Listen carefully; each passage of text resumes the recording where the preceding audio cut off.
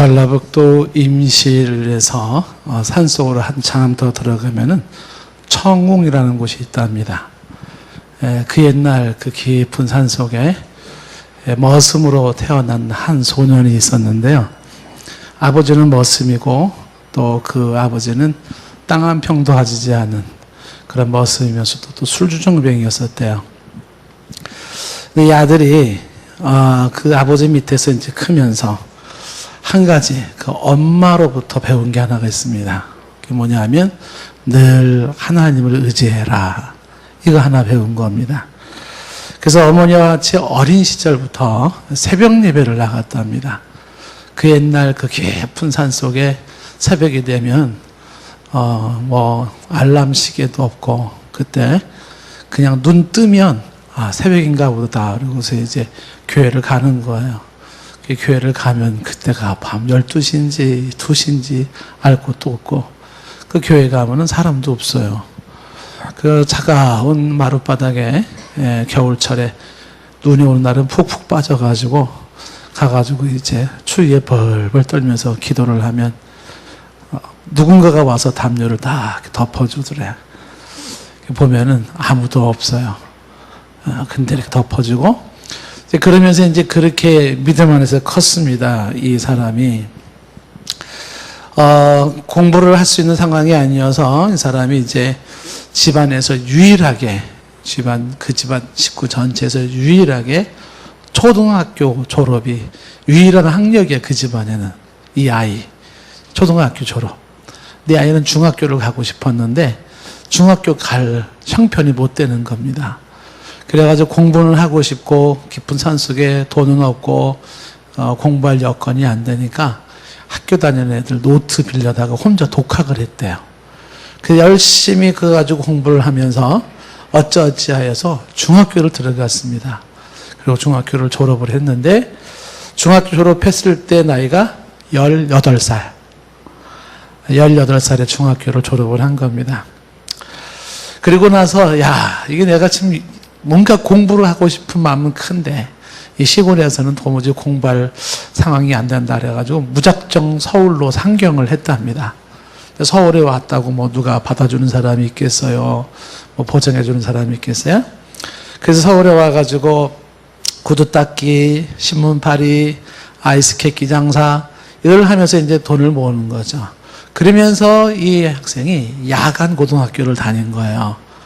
야간 고등학교 다녔는데 너무 배고파서 쓰레기통을 뒤져가지고 곰팡이나 빵을 먹어야 할 만큼 그렇게 하면서도 이제 야간 고등학교 다니고 낮에는 뭐 그런 껌파리도 하고 뭐 구두도 닦고 아이스케이크도 팔고 집에서는 이제 뭐 아주 방이라고도 할 것도 없는 곳에서 담요 한 장으로 겨울을 내는 그런 고생을 아주 많이 했어요. 그러면서도 이 사람은 어릴 때 엄마가 가르쳐 주었던 거 하나님을 의지해라. 그래서 이 엄마의 신앙 가지고 새벽 예배 하나만큼 빠지지 않고 계속 새벽에 나가서 기도를 했답니다. 너무너무 가난했고 장래가 보장되어 있었던 이 소년 암담한 현실이었었는데 이틀을 굶으면서도 배가 너무 고팠지만 그러나 하나님을 의지하는 마음으로 잘 이겨나갔다는 것입니다. 그러다가 이 사람이 꿈이 하나 생긴 거예요. 왜 우리나라는 이렇게 못 살까? 우리나라도 좀 잘 살아서 나 같은 사람이 없었으면 좋겠다 하는 생각에 이 젊은 아이가 당돌하게도 편지를 한 통 썼어요. 누구한테 편지를 썼냐면 아주 잘 사는 나라 농촌 살리기 운동에 아주 세계적으로 잘 나가는 덴마크 왕한테 편지를 쓴 거예요. 덴마크 왕한테 편지를 써가지고 내가 정말 우리나라 잘 사는 나라 만들고 싶고 공부하고 싶은데 나는 돈은 없고 그 편지가 뭐 왕한테 갈런지 안 갈런지 알 수도 없는데 해가지고 보낸 거야. 그리고서 기도를 계속 한 겁니다. 하나님 앞에. 근데 이 사람이 그 덴마크 가서 공부하고 싶다고 새벽마다 그렇게 기도한 게 보니까 벌써 13년이라는 세월이 지나가 13년 동안을. 근데 그 편지를 보내고 40일 만에 덴마크 정부로부터 편지가 답장이 왔어요. 어떤 답장이 왔냐면 너를 우리나라 국비 장학생으로 받아주겠다. 어이구, 그래서 그때 당시에 우리나라는 덴마크랑 수교도 맺지도 않았던 나라예요. 그런데 이 아이의 당돌한 그 편지가 국왕이 이제 딱 보니까 이게 보통 얘기가 아닌 거죠. 그래가지고 그 사람을 덴마크 정부 장학생으로 초청을 해서 비행기 왕복 티켓까지 해가지고 보내와서 덴마크를 가서 공부를 했답니다. 그것에서 이제 공부를 하면서 언어도 모르면서 이제 가가지고 뭐 언어 공부하면서 정말 열심히 공부를 한 거예요. 덴마크에서 열심히 공부를 하고서 이제 한국에 딱 들어와가지고 이 사람이 어디다가 편지를 썼냐면 당시에 박정희 대통령한테 편지를 썼는데 청와대에다가 내가 덴마크 가서 공부를 했는데 우리나라가 이 가난을 극복할 수 있는 길이 있다. 덴마크에서 내가 배운 게 있다. 그래가지고 박정희 대통령이 이 사람을 만난 거예요. 그 말을 들어보니까 어떻게 우리나라가 6.25 전쟁 이후에 이 지긋지긋한 가난 보릿고개를 지나온 우리나라가 잘 살 수 있겠냐. 이 사람이 제안을 딱 했어요. 새마을 운동을 하면 됩니다. 새마을 운동. 그래가지고 이게 이제 그 쫙 설명에 이제 또 박정희 대통령한테 설득이 돼서 우리나라 새마을 운동이 그렇게 해서 시작이 됐어요. 여러분 이쯤 되면 이 사람이 누군지 감이 오시는 분이 계실 거예요. 그렇죠. 손을 탁 드시는 분이 계셔요. 그렇죠? 네. 이분이 유태영 박사인데 건국대학교에. 근데 이분이 새마을 운동을 이렇게 시작을 하고 야 이거 새마을 운동만 가지고는 안 되겠다. 이스라엘은 또 독특하게 거기 나라가 가지고 있는 게 뭐예요? 협동 농장이 잘 되고 있잖아요. 그래서 이스라엘 가가지고 협동 농장 좀 공부를 좀 하고 와야겠다 했는데 이스라엘은 뭐로 갑니까? 갈 수도 없어요. 그래서 또 거기다가 이스라엘 그 대통령에게 또 편지를 쓴 거예요. 편지를 써가지고, 나 니네 나라 그런 좋은 협동 조합을 좀 배우고 싶다. 편지를 썼는데, 이스라엘에서도 대통령이 그걸 보고서 오케이 한 겁니다. 그래서 이 사람이 이스라엘에 가가지고, 거기서 이제 국비 장학생으로 거기서 공부를 열심히 했습니다. 그리고서 그가 돌아와서 한국에서 계속 새마을 운동을 비롯해서 건국대학교 교수로 지내면서 그가 지내고 우리나라에서 최초로 벤구리온 이스라엘을 탁 가면 제일 먼저 가는 게 벤구리온 공항이에요. 그 벤구리온 대학의 교수로서 생활을 하기도 하고 이런 유태웅 교수의 이야기가 생각이 좀 났습니다. 돈 없는 학생이 참 이 사람은 굉장히 똑똑한 사람이에요. 상당한 비상한 머리를 가지고 있지만 타고나기를 말 그대로 흙수저예요. 흙수저. 아버지가 너무 가난하고 머슴으로 술주정뱅이 집안 식구 중에서 초등학교 졸업생이 자기 혼자일 만큼 배움이라고는 무지한 곳에서 한 아이가 꿈을 가지고 공부하고 싶다라고 하면서 눈을 두드려. 대한민국에서는 방법이 없어요. 그러나 덴마크에서 이스라엘에서 길을 열어줌으로써 그가 이렇게 공부를 하고 우리나라의 새마을 운동으로 근대화를 이뤄나가는 그 역할을 하는 핵심 주요 인물이 되었다라는 것입니다. 돈 없는 학생에게 이런 돈 없는 학생에게 돈을 좀 대서 이 학생으로 하여금 공부를 하게 해서 인재를 양성하자. 이게 장학이라는 거예요. 장학. 이게 장학이라는 말이 공부나 학문을 장려한다 그런 뜻인데 그 장학금이나 장학금은 경제적으로 어려워서 학업이나 연구 성과를 낼 수 없어요. 그런 인재를 지원하는 목적으로 들어가는 돈을 장학금이라 이렇게 말하는 거죠. 그래서 장학금이라는 게 목적이 뭐냐면 한마디로 인재 양성인 겁니다. 다시 말하면 이 장학금이라고 하는 제도가 우리나라도 보니까 아주 옛날부터 있었고 전 세계적으로 있는 것인데 요지는 하나예요. 사람에게 투자하라. 워렌 버핏의 책이 있죠. 나는 사람에게 투자한다.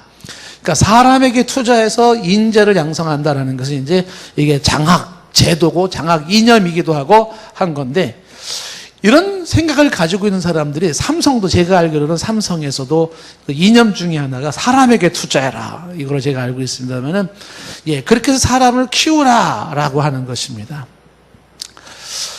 전 세계에서 많은 사람들이 그래서 장학 제도를 만들고 장학금을 만들어 사람들을 키우고 양육합니다. 영국의 로즈 장학금, 1902년부터 시작돼가지고 100년이 넘도록, 미국의 풀브라이트 장학금, 일본의 문무과학성 초청 장학금, 그리고 한국에도 장학금 제도가 굉장히 많이 있어요. 그런 것들은 다 뭐냐 하면 지금 학생들을 키우기 위한 목적, 인재를 양성하기 목적으로 세워진 것이죠. 예. 거기 학교 다닐 때 우리 보통 친구들이, 야, 너는 어디 장학금 받고 있니? 이렇게 FM 장학금을 받고 있대. 그래서 그게 뭔데? Father and Mother 장학금. 예, 아빠, 엄마 장학금을 받고 있어. 뭐 이렇게. 근데 그거 외에는 보통 장학금을 받지 못하는 상태 있지 않아요? 그렇죠? 우리나라의 그 장학금의 제도로 해서 8천억 원을, 장학재단에 8천억 원을 투자하신 분이 한 분이 계세요. 97세, 지금도 아마 생존해 계신 걸 알고 있는데, 이종환 씨라고 하는 이제 할아버지입니다. 근데 이분이 30년 전에 스위스를 갔는데, 스위스의 특징이 뭐냐면 이 나라는 자원이 없어요. 그런데도 전 세계에서 가장 부유한 나라 중에 하나가 이제 스위스 아닙니까? 세계 돈을 많이 가지고 있어요. 그래서 어떻게 스위스는 자원이 없는데 이렇게 세계의 가장 부유한 나라가 되었나? 그를 한동안 고민을 했는데 30년 전에 한 가지를 딱 배운 겁니다. 스위스에서 강조하는 게 하나가 딱 있는 거예요. 그게 뭐냐면 인재를 키워라 이거예요. 그래서 이 사람이 이제 이걸 깨닫고 이 사람이 평생의 자선사업에서 버는 돈 있잖아요. 8천억 원을 장학재단에다 쏟아붓는 겁니다.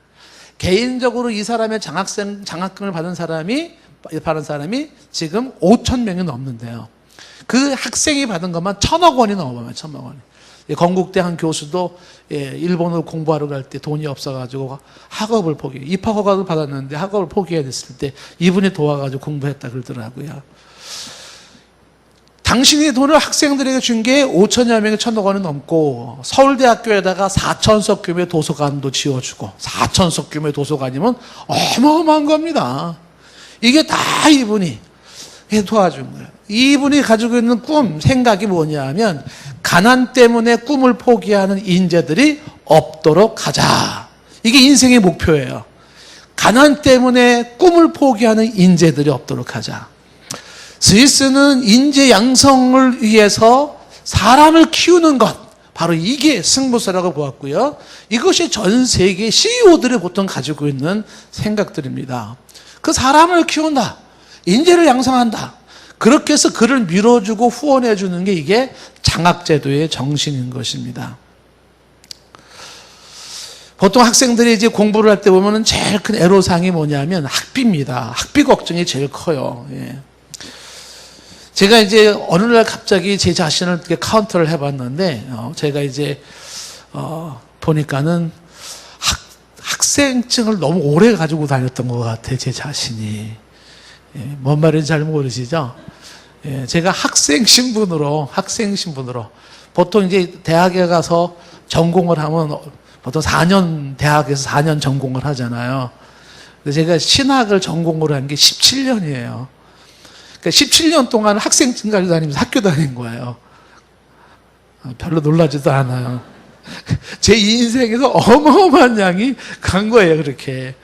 근데 공부하면서 제일 큰 애로사항이 뭐냐면, 뭐니 해도 머니예요. 그 돈의 학비가 굉장히 걱정이 많이 됩니다. 그래서 한국에서도 제가 이제 박사과정 공부하다가도 이제 뭐 중단하기도 했고요. 집사람이 사실은 굉장히 고생을 많이 했어요. 학비 없으면 막 여기저기 막 학비 마련해가지고 대주고 말이죠. 애를 많이 썼습니다. 예. 자, 그런데 그 공부하는 게 굉장히 어려워요. 그래서 이제 그 미국에서도 유학할 때도 제일 아주 신경 쓰이는 게 뭐냐면 어떻게 돈을 마련해야 되나. 이게 제일 큰 문제. 그래서 나름 정말 미국에서 그리고 관련된 장학금 주는 날 리스트를요, 제가 몇 장을 뽑았습니다. 쫙 뽑았었어요. 그래서 어디에서 어떤 조건들, 어떤 장학금을 주나 쫙 뽑아가지고, 그래서 거기를 찾아가지고, 여기는 이렇게 하면 여기서 이래서 안 되고, 저기는 이렇게 하면 여기서 이렇게 한다고, 참 애로가 많았던 기억이 납니다. 그런데 하나님의 은혜 가운데서 장학금 혜택을 잘 주는 학교를 만났던 거예요. 그래서 한 학교에서는 제가 이제 세 번째 석사를 할 때는 그 이제 웨스턴 신학교에서는요, 그 장학금이, 그거 참 그런 학교가 있다는 게 고마워요. 거기도 이제 지금 이런 거죠. 뭐 학생들한테 좀 공부를 좀 시키기 위해서는 돈 걱정 없이 공부 좀 시켜라라는 취지인 것 같아요. 전 세계에서 이제 공부할 만한 학생들을 이렇게 선발을 해가지고 보통 5명 정도 뽑습니다.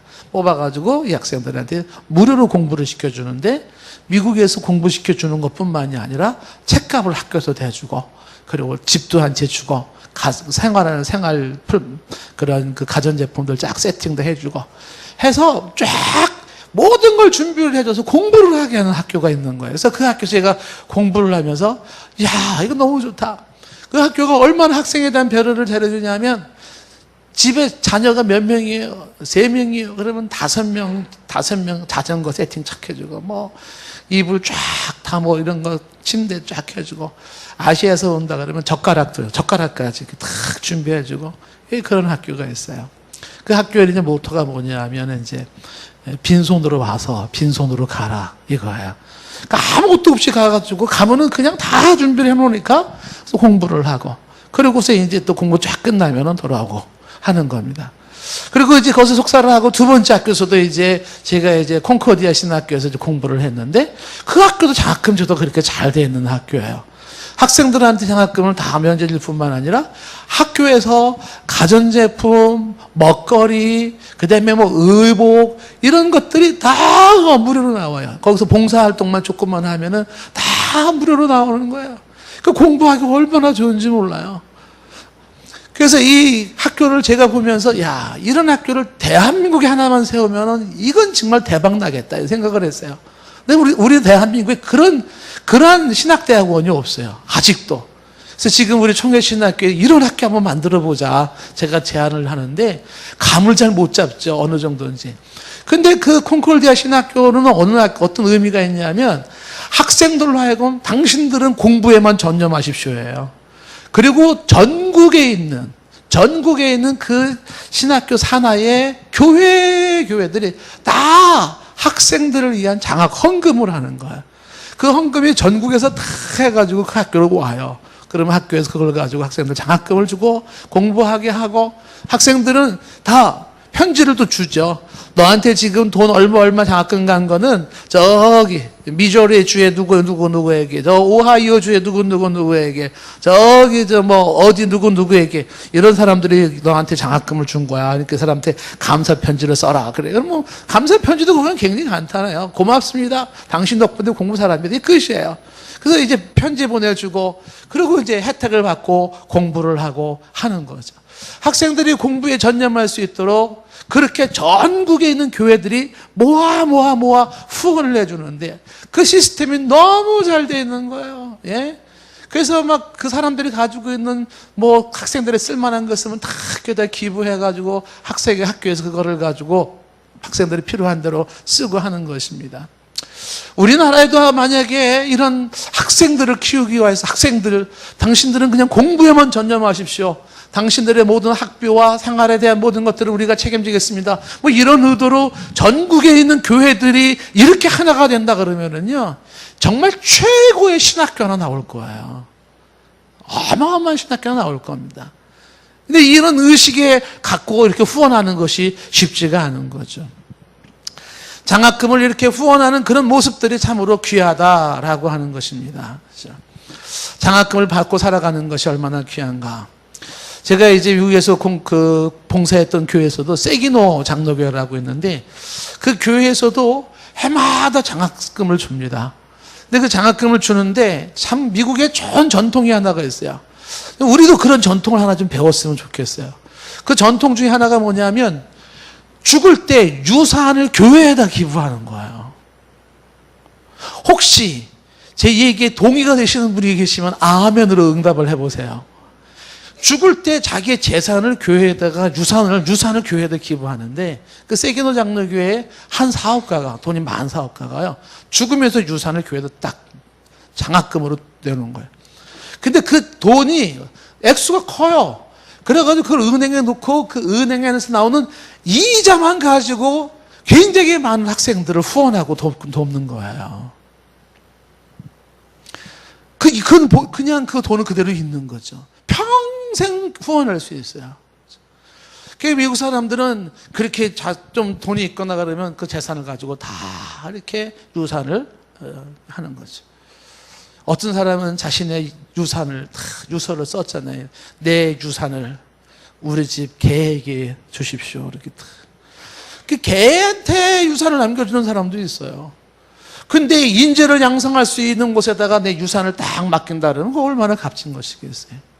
예. 우리 한국에도 이런 바람이 불기를 바랍니다. 여러분 하라는 거 아니고요. 예. 안 해도 괜찮아요. 한국에 이런 바람이 불기를 바랍니다. 아이고, 아멘 했다가 큰일 난다. 야, 이게 우리 한국은요, 죽을 때도요, 그걸 가지고 갑니까, 이게? 이렇게 해가지고 장학금으로 딱 내놓고, 그리고서 천국에 가면 그 혜택이 얼마나 크겠어요? 얼마나 많은 감동이 되겠습니까?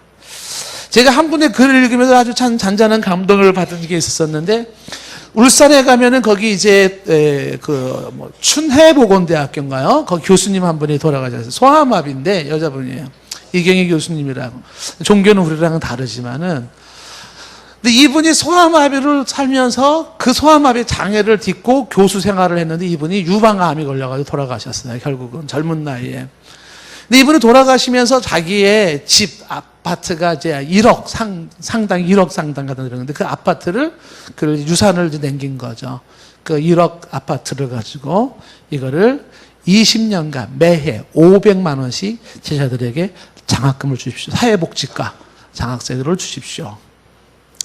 자기가 가지고 있는 전 재산일 수 있는 건데, 예, 그러니까 1년에 500만 원씩 20년간을 학생들에게 장학금을 줄 수가 있는 것이죠. 자기 가지고 있는 것을 준 거예요. 그리고 당신이 타고 있던 휠체어, 시가가 200만 원인데 그것은 투병 중인 제자의 진료비로 써주세요. 휠체어, 그걸 갖다가 써달라고 준 거죠. 이런 모습들을 바라보면서 여러분 어떤 생각이 들어지나요? 정말 제자들을 위하여서, 다음 세대들을 위하여서, 학생들을 키우기 위하여서 이렇게 마음을 모은다는 거, 이게 얼마나 아름다운 것이고 얼마나 귀한 것인가 하는 거예요.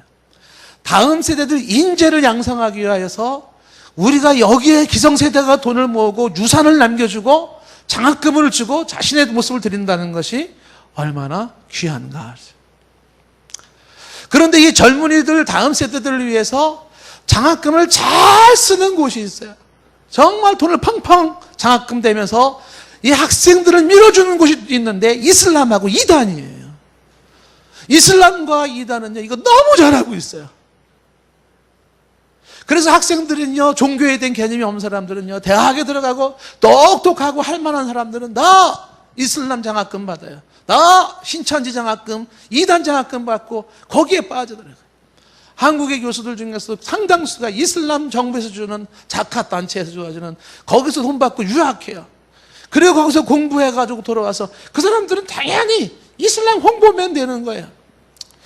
여러분 생각하실 때는 어떻게 생각하세요? 그까짓 게 뭐 그렇게 중요해? 그렇게 생각하잖아요. 여러분, 정말 인재 한 사람을 붙잡는 거는요, 이거는요, 돈으로 환산할 수 없는 어마어마한 가치인 거 아십니까? 오늘 제가 낮에 잠시 언급했잖아요. 이정훈 교수 말이에요. 예? 여러분, 이 한 사람이 말이에요, 한 사람에 의하여서 대한민국의 기독교의 존폐를 흔든다니까요. 이게 장난이 아닌 거예요. 이걸 누가 잘하냐면 이게 이슬람이 잘하고 이단이 잘 알고 있는 거예요. 그래서 이슬람이나 이단에서는요, 인재들을 양육하여 젊은이들, 대학생들 말이죠, 장학금으로 잡는 거예요. 장학금으로. 학생들은 제일 애로사항이 돈이에요. 돈이 없잖아요. 그가 그 돈 때문에 쩔쩔맬 때 장학금 탁 대주면요, 당연히 거기에 묶이게 되어 있는 거죠. 그렇게 해서 인재를 확보를 한다는 것이죠. 이런 현실 속에서 정말 우리가 이 땅에 건강한 신학을 자처하고 정통적인 신학을 자처하는 교회는 뭐 하고 있는가, 이런 생각을 해본다면 사실 좀 부끄러워지기도 합니다. 우리 교회도 미약하지만 이런 장학제도가 있다는 게 감사하고, 또 이렇게 움직일 수 있다는 것이 너무 미약하지만 저는 굉장히 고무적이고 좋다고 생각하는데, 앞으로 이게 더 좀 활성화되어서 우리의 다음 세대들이 정말 공부하고 싶은데, 꿈을 이루고 싶은데 돈이 없는 학생들을 위해서 그 아이들을 잘 훈련하고 키울 수 있으면 좋겠다는 생각을 가져봅니다. 예, 이것이 굉장히 중요한 모습 아니겠어요? 그 후원을 해라 말이죠. 이렇게. 학생들의 학업을 위해서 교회가 관심을 가져준다는 건 대단히 중요합니다. 사실 저는 생각은 많은데 행동이 잘 못 움직여져가지고 아쉬운 게 많아요. 제가 동서남교회 딱 왔을 때도 제일 먼저 하고 싶었던 게 우리 학생들, 중고등학생들 데리고 미국을 데리고 가고 싶었어요. 제일 먼저. 봐라. 한번 보아라 직접. 네. 근데 이게 데려가려고 해도 이게 있어야지. 이게. 마음뿐이에요. 애들 데리고 세계를 보여주고 단기 선교도 그리스 받고 보내는 거예요. 없는 살림이시면 교회에서 1,000만 원씩 떼가지고 막 보내주고 하잖아요. 그 아이들에게 우리가 계속해서 다음 세대를 위해서 우리가 관심을 가져주고 공부할 수 있도록 이렇게 밀어준다라고 하는 것은 굉장히 중요하다라고 하는 것입니다. 그런데 이 장학금은 아무한테나 막 줄 수 있는 게 아니잖아요. 아까 말한 것처럼 인재를 양성하는 것이, 다시 말하면 이 장학금을 받을 수 있는 학생들을 선별을 해야 된다라고 하는 것입니다. 그래서 오늘도 우리 장학위원회에서 많은 학생들이 지원을 했어요. 많지 않은 장학금이지만 많은 학생이 지원했어요. 고민 많이 했을 겁니다. 우리 장학위원회에서. 그래서 지금 몇 명을 커트를 시켜야만 돼. 눈물겨운 사연이 있어요. 예? 왜냐하면 아무에게나 줄 수가 없지 않느냐. 선별을 해야 된다 그래가지고서 몇 명 커트를 하면서 그렇게 장학금을 위원을 선정을 했어요. 어떤 사람들에게 이 장학금을 줘야 할 것인가? 뭐니 해도 교회에서는 아무래도 교회 생활을 봐야 되겠죠. 교회에 얼마나 출석을 잘했는가, 봉사활동을 얼마나 잘하고 있는가, 그리고 인재를 양성하는 것이기 때문에 학교의 성적도 봐야 돼요. 공부를 얼마나 잘했는가를 봐야 되는 것입니다. 여러분, 보통 사람들이 면접할 때 이걸 보잖아요. 너 학교에서 다녔던 그 성적 증명서하고 출석 그거 가져오라는 거예요. 여러분, 이게 이렇게 되어 있습니다. 우리 학생들 잘 명심하셔야 돼요. 3년 개근한 학생 있잖아요. 3년 개근. 이 아이는요, 이후 여하를 막론하고 일단은 성실한 아이예요. 결석에 많은 학생들이 있고 지각에 많은 학생들이 있잖아요. 이 아이가 어떤 일인지 거기서 딱 나와버리는 거예요. 그리고 공부 성적을 봤는데 성적이 우수한 학생도 있잖아요. 머리가 워낙 좋아서 그게 아닙니다. 공부로 해서 성적이 좋은 애들 특징이 뭔지 아세요? 진짜 열심을 가진 애들이에요. 여러분, 사회가 누구를 필요로 하는지 아시겠어요? 성실한 사람, 열심히 있는 사람들을 찾는 거예요. 대충 놀고 먹는 사람, 학생들을 사람 찾는 게 아니거든요. 그러니까 교회에서도 장학금을, 인재를 양성한다면 누구를 줘야 되겠어요? 학교 성실하게 잘 들어갔는가? 학교에서 공부하는데 성적 봐라, 성적. 예? 너 80점, 70점, 60점, B, C, D 이런 학생들, 이게 인재는 아니에요. 성별하셔야 돼요. 정말 장학금이라고 하는 거는 정말 인재로서 키워줘야 되는데 돈이 없는 학생들, 꿈이 있는데 돈이 없어 못하는 아이들을 키워줘야 되는 거거든요. 그러니까 성별을 해야 되는 거, 구별을 시킬 수밖에 없다는 것입니다. 오늘 말씀 다니엘을 보면은 다니엘이 포로로 끌려갔을 때 그 왕이, 바벨론 왕이 사람을 선별을 하잖아요. 어떤 사람을 선별을 하냐면 오늘 말씀 4절에 보세요. 흠이 없고, 첫째가 흠이 없고, 이게 뭐냐면 육체적으로 건강한 사람이에요. 육체적으로 건강해요. 흠이 없다. 두 번째로 용모가 아름답다라는 거는 잘생겨야 돼요. 이 잘생긴다라고 하는 것도 말이죠, 여러분들. 이거 외모지상주의가 아니냐, 뭐 이렇게 말하죠? 그렇지 않아요. 사람이 잘생기는 거는 어디서 나오는 거냐면요, 제가 분명히 말씀드리잖아요. 사람이 잘생기는 건 눈에서 나오는 거예요.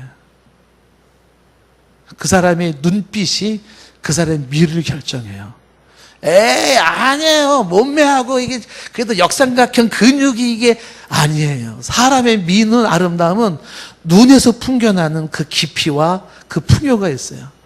여러분, 사악하게 사는 사람들의 눈빛은 사악한 빛이 나잖아요. 선하게 산 사람의 눈빛은 선할 수밖에 없어요. 사람이 아름답다라는 건 중요한 거야. 외모를 꾸미는 것도 중요하지만 자기의 내면과 정신세계를 꾸미는 데서 깊은 그 지성과 인품과 그 선함이 묻어있는 호수 같은 그 눈, 너무 시적인 표현인가요? 그 눈을 가진 그 아름다움이 중요한 거예요. 눈에 자신이 없으신 분들은 선글라스를 끼십시오. 에이, 눈이 이렇게 커야 되는 거겠지. 그런 게 아니에요. 눈빛이 주는 게 있어요, 눈빛이. 근데 이거는 절대로 흉내가 안 돼요. 모방이 안 됩니다, 그 눈빛은. 그래서 지금 어떤 사람은 성별하라 그랬냐면 육체적으로 건강하고 용모가 아름답고, 그 다음에 4절에 뭐라고 말했어요? 모든 지혜를 통철하며 그랬습니다. 이 모든 지혜를 통철한다는 것은 뭐냐면 배움의 자세가 되어 있는 사람이 얘기해요. 제가 이거를 학자적 자세라고 얘기를 하잖아요. 늘 배우려는 자세가 되어 있나요? 여러분, 우리 학생들 한번 보세요. 여러분 주변 사람 보세요. 배움의 자세가 되어 있나 보시라고요. 이 자세가 굉장히 중요한 거예요. 배우려는 자세가 있는 사람은요, 어떻게 하든지 배우고 실력은 상상되게 되어 있어요. 요는 뭐냐면 학생 중에 공부를 못하는 학생의 특징이 뭔지 아세요? 배우려는 자세가 없어요. 들으려고 하는 자세가 없습니다. 학교 가자마자 뭐부터 해요? 엎드려 잘 준비부터 하잖아요. 도시락 펴놓고, 국어 시간에 수학책 펴놓고, 수학 시간에 영어책 펴놓고, 영어 시간에 지리과학 펴놓고, 그렇잖아요. 학교는 뭐 하는데? 잠자는데. 공부는 어디서 하는데? 학원에서. 그리고 집에서 뭐 하는 거예요? 게임하는 거잖아요. 밤 2시, 3시까지 막 게임하고. 학교는 가서 자야 돼요. 배우려는 우리 학생들이 아니에요. 우리 학생들은 그런 학생이 한 명도 없어요. 한 명도 없어요. 그치? 한 명도 없지. 그치? 없어요. 얘네들 다 알잖아요. 있니 없니? 없지. 우리 학생들은 없어요. 우리 학생들은요, 학교 가서 학교 공부에 충실하고요, 집에 와서 예습 복습 촥 하고요, 이런 게 우리 학생들의 모습이에요. 배움의 자세가 되어 있잖아요. 그래서 항상 성적이 다, 그죠? 다 수수 100점, 90점, 100점 하잖아요. 막 A로 깔잖아, A로 다. 그렇잖아요. 예? A 깔잖아.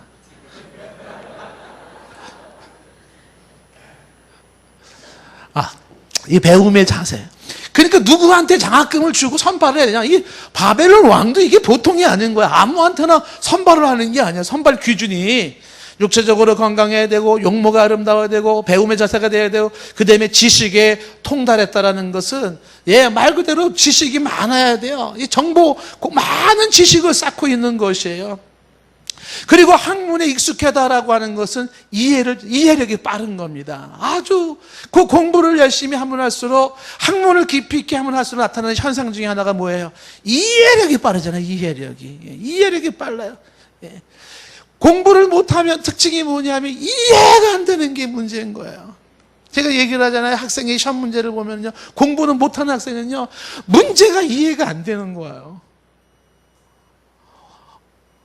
어쩌란 얘기에 문제가 이해가 안 되는데. 그걸 찍어야 되는데. 근데 이해력이 빠르면 문제에 대한 이해가 탁탁 되니까 이 문제의 포인트가 뭔지 이게 딱딱딱딱 나오잖아요. 딱 이렇게. 공부를 열심히 하는 사람하고 공부를 열심히 안 하는 사람하고 특징은 이해력에서 달라져, 이해력이. 그 이해를 잘하는 사람은 공부를 열심히 하는 사람이죠.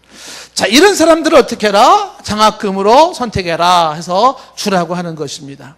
우리 교회도 이렇게 사람들을 잘 선별을 해가지고 훌륭한 사람들을 우리가 이렇게 장학을 후원해가지고 사람들을 키우는 그런 교회가 되었으면 좋겠어요.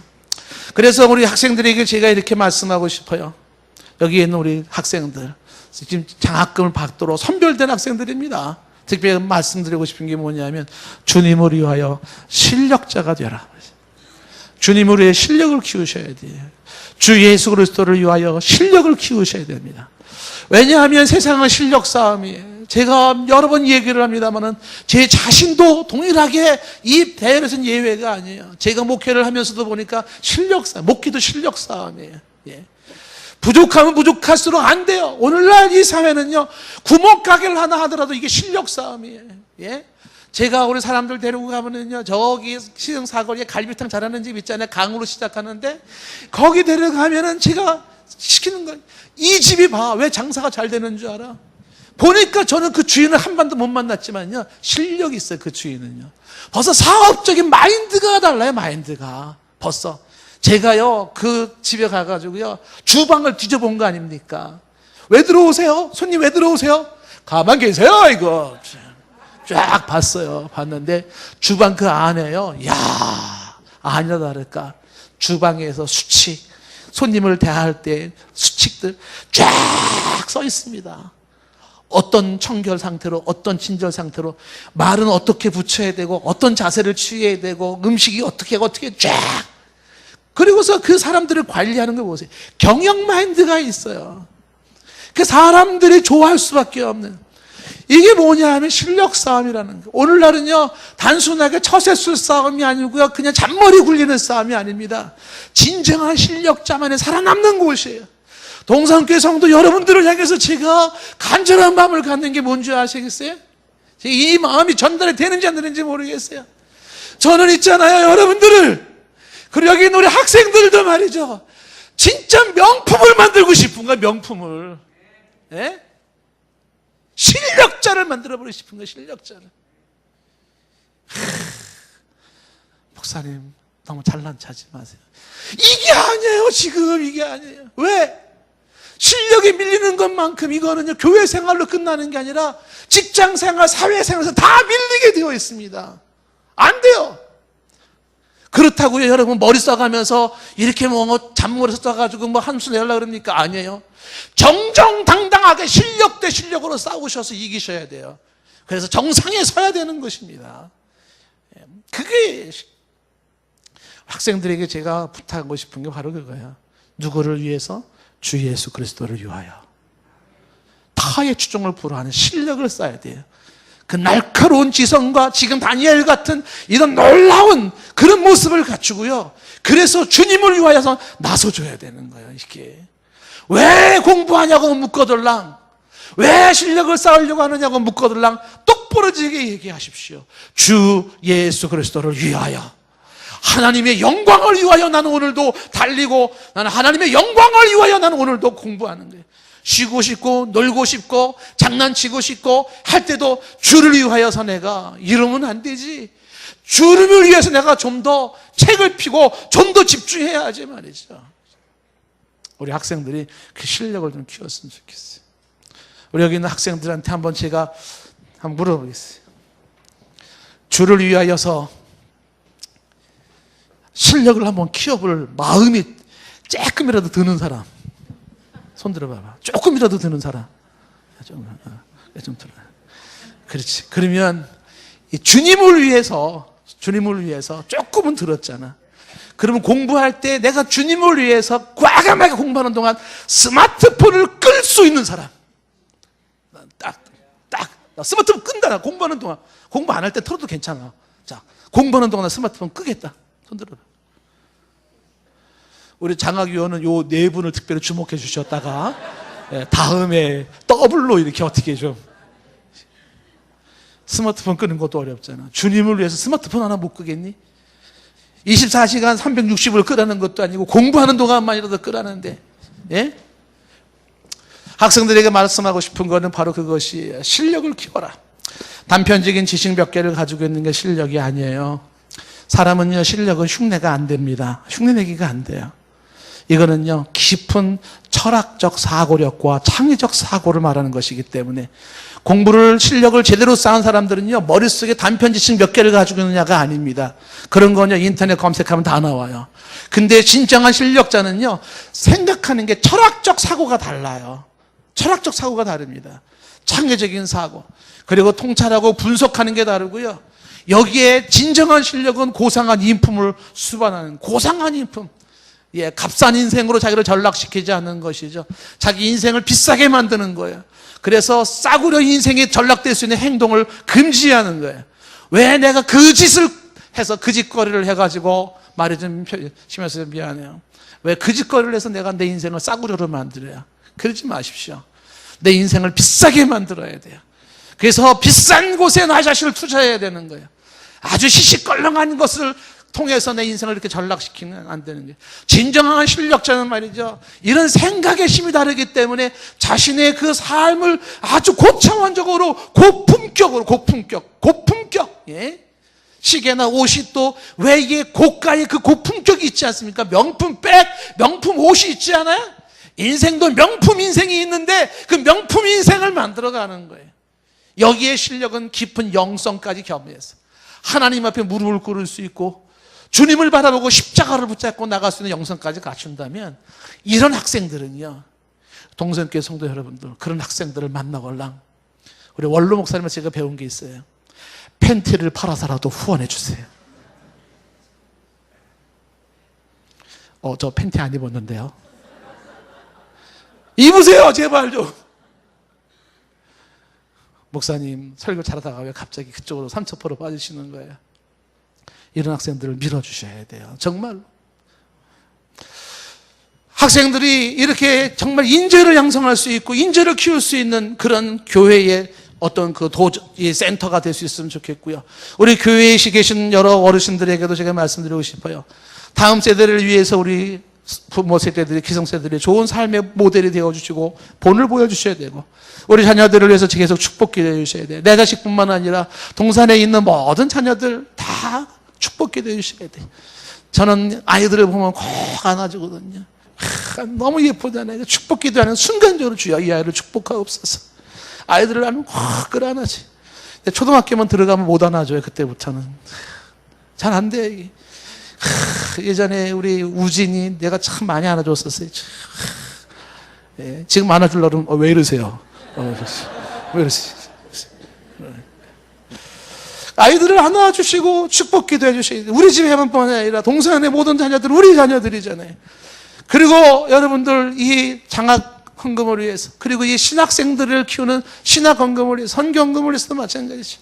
우리가 일구자 10,000원씩이라도 매일 후원해 주시면 좋겠다는 생각이 들어집니다. 일구자 10,000원씩이라도 같이 후원하는 것입니다. 저는 이 장학을 후원을 하더라도 특히 신학생들 후원하는 걸 굉장히 중요하게 생각을 해요. 왜 그러냐 하면요, 목사가 손이 안으로 굽는 게 아니에요. 목사 잘 배출시켜야 돼요. 목사 하나 제대로 키워야 됩니다. 예, 그래서 학생들을 하여금 신학생을 향해서 투자하는 건 절대로 아까운 게 아닌 거예요. 공부하는 학생을 향해서. 모든 학생이 귀하지만, 그래서 신학 헌금도 후원하고, 그리고 장학 헌금, 선교 헌금도 같이 후원해서 한 구자 10,000원씩이라도 이렇게 우리가 할 수 있으면 좋겠다 하는 생각이 들어야지. 예, 한 달에 10,000원씩이라도 같이 모두가 동참해 준다는 마음이 큰 겁니다. 오늘 말씀을 맺습니다. 우리 장학식을 수여하는 이 시점에서 왜 이 장학금이 필요한가 하는 내용들을 잠시 생각해 봤는데, 정말 좋은 장학제도가 정착되어지고, 그리고 학생들의 장학금이 잘 이렇게 이루어질 수 있으면 좋겠어요. 학생들을 대학교, 대학원, 계속 유학까지 후원해주고 밀어줄 수 있는 그런 교회가 속히 오기를 원합니다. 오늘 이 장학교육부가 오늘 수고해 주신 것 특별히 감사드리고, 그리고 우리 장학부장님, 그리고 장학위원들께 감사드리고, 그리고 제가 보니까는 그래도 한 10명이 안 돼요. 한 7, 8명 꾸준히 장학금 하시더라고요. 예, 그분들에도 특별히 감사를 드립니다. 여러분들의 적극적인 모습으로 좋은 우리 장학제도가 정착되는 교회가 되었으면 좋겠습니다. 기도하겠습니다. 하나님의 인재들이 양육되게 하여 주시옵소서. 돈 때문에 하고 싶은 공부를 못하고 돈 때문에 꿈을 접어야 하는 안타까운 일이 없도록 도와주시옵소서. 다니엘과 같은 훌륭한, 그리고 그의 세 책과 같은 훌륭한 종들이 배출되게 하사 그들의 주의 나라를 이루게 하옵시고 그들의 대한민국을 살리는 역사가 있게 하옵소서. 가치 있고 의미 있는 일에 우리의 마음을 쏟을 수 있기를 원합니다. 예수님의 이름으로 기도드리옵나이다. 아멘.